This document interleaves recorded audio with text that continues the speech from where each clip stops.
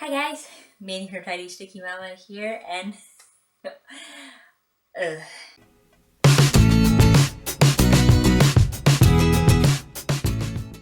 I am 29 weeks at this point, which means I am counting down rather than counting up to baby, and so of course the nesting has kicked in. But also, I'm really huge and really tired, and I'm shooting this like on the corner of my bed because this is probably the cleanest part of my house. Well, I mean, it's still pretty clean. It's just not very tidy. You know what I mean? Like, I'm at the point where if something hits the floor, I really have to think about whether or not it's worth the effort to get it. But that is an advantage to having multiple children. Is usually one of them will help you. You're like, hey, can somebody pick this up for mom? Yeah, chances are one out of the three will do it. So the nesting urges are getting to the point I can't ignore them anymore, and it is time to really start cleaning this place up because in like 10, 11-ish weeks, there's gonna be another kid here, and I'm not gonna do anything while I'm trapped under a baby nursing. So it's time to kind of get prepared for that.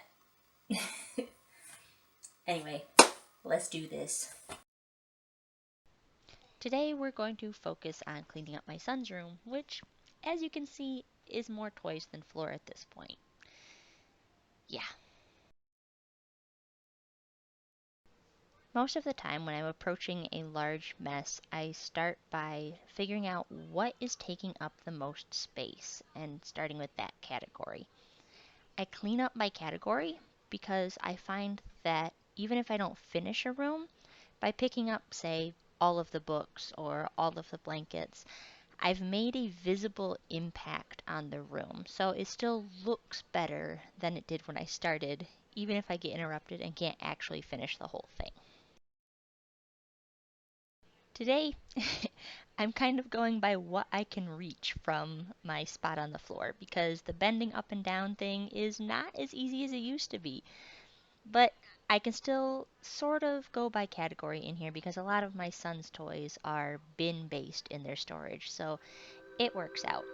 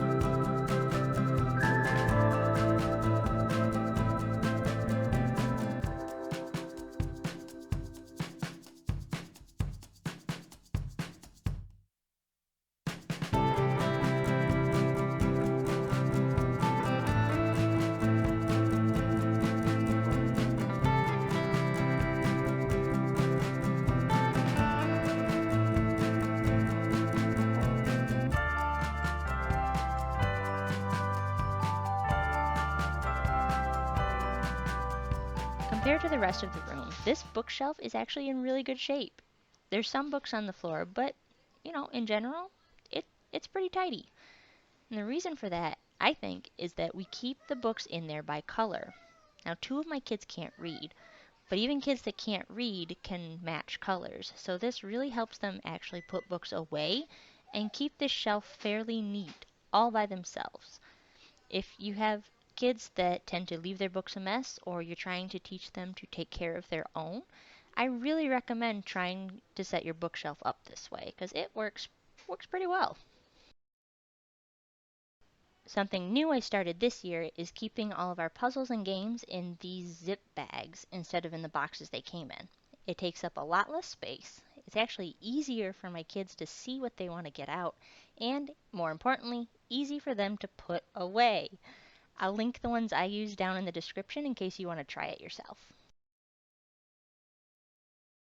I had to come back for a day two on this room actually because the camera and I both ran out of batteries after doing that bookshelf section, and everything just feels like it takes way more energy now, and that's probably how things got away from me so badly. Plus, this kid seems to like to nap under my diaphragm, so I get out of breath really easily, and it just does not help.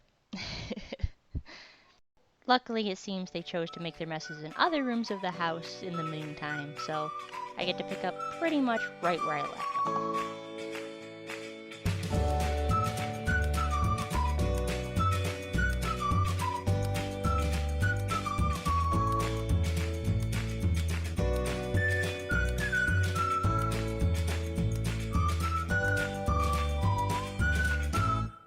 If you're not cleaning places that nobody else actually cares about, does it really count as nesting?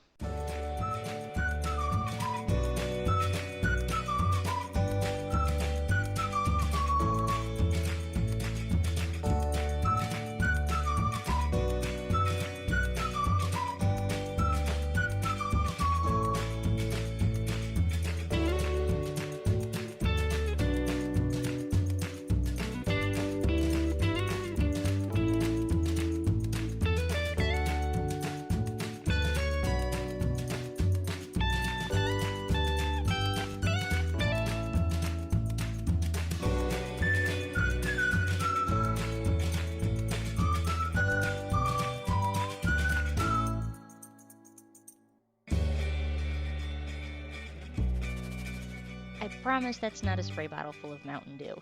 It's the lemon pine sol equivalent from the Dollar Tree. I forget what it's called right now. I think it's like Pine Glow or something.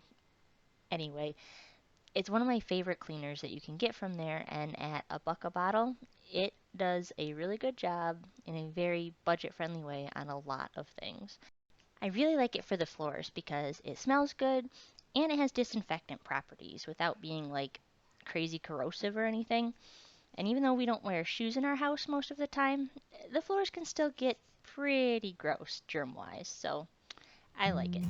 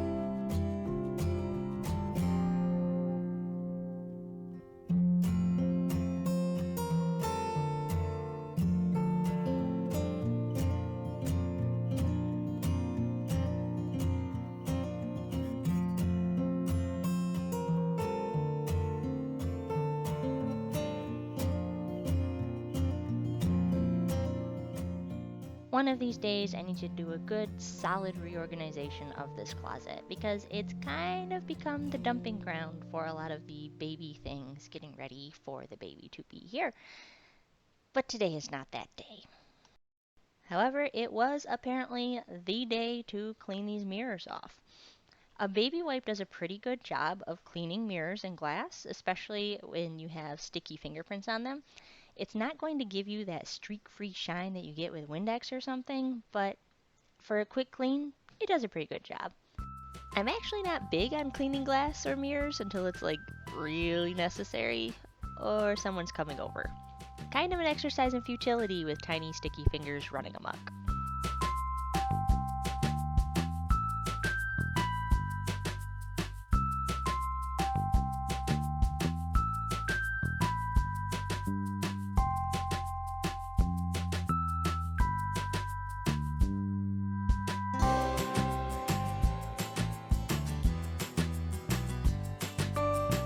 I know I just swapped the kids' clothes over for summer, but little guy decided to grow, so time to get the rest of the 2T swapped out for 3T.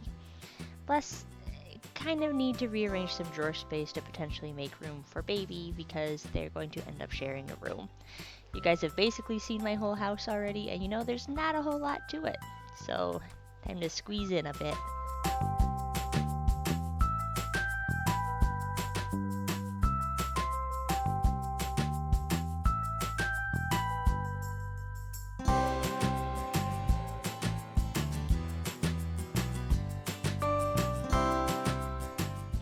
then I remembered we wanted to make it easier for him to dress himself and had to move everything. That's alright. I'll probably reorganize it like 3 more times before the baby comes anyway.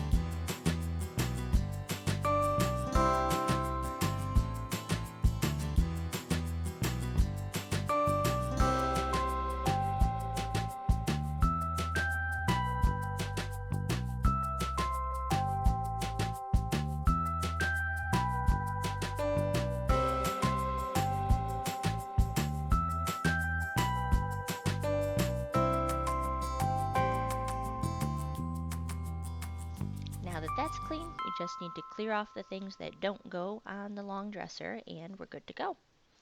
We don't actually need all of the drawer space that's in here for clothes storage, so some of it gets used for toys.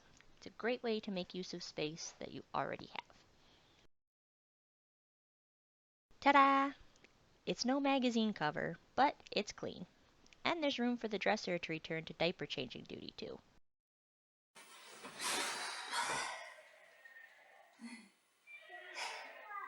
Bye, guys. See you next time. Now I have to get up.